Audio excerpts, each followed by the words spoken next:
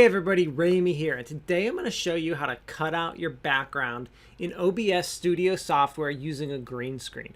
Really simple to do, and the reason you want to do this is like if you're streaming a game or you're making a video, you don't always want your background showing. So the first thing you're going to obviously need is a green screen. You can see I got a green screen behind me, right? We can see it. It's right behind me, but the first thing I noticed when I set up my green screen, because you always want to position yourself, right? I noticed that like my elbow right here, like to the side, like this line, well, that's going to show up because it's not part of the green screen. So the first thing I do when I get my green screen set up is I right click and go to properties.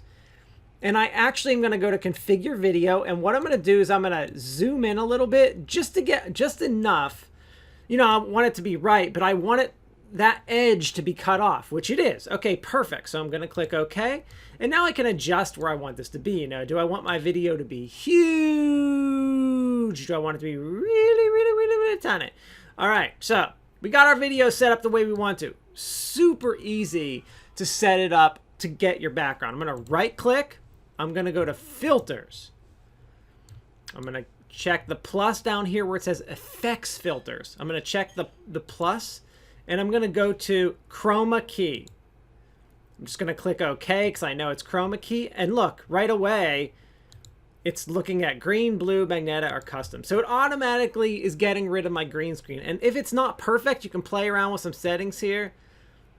You can see if I go up to 400, my green screen is gone.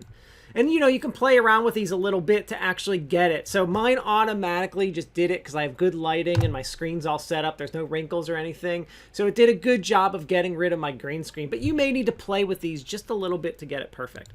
I'm going to close it and voila, look. I can make myself huge. I can make myself really tiny again. But you cannot see my background anymore. You see my desktop. All right? And that's how you do it. That's how you get rid of yourself with the green screen. Thanks a lot. Have a good day, y'all.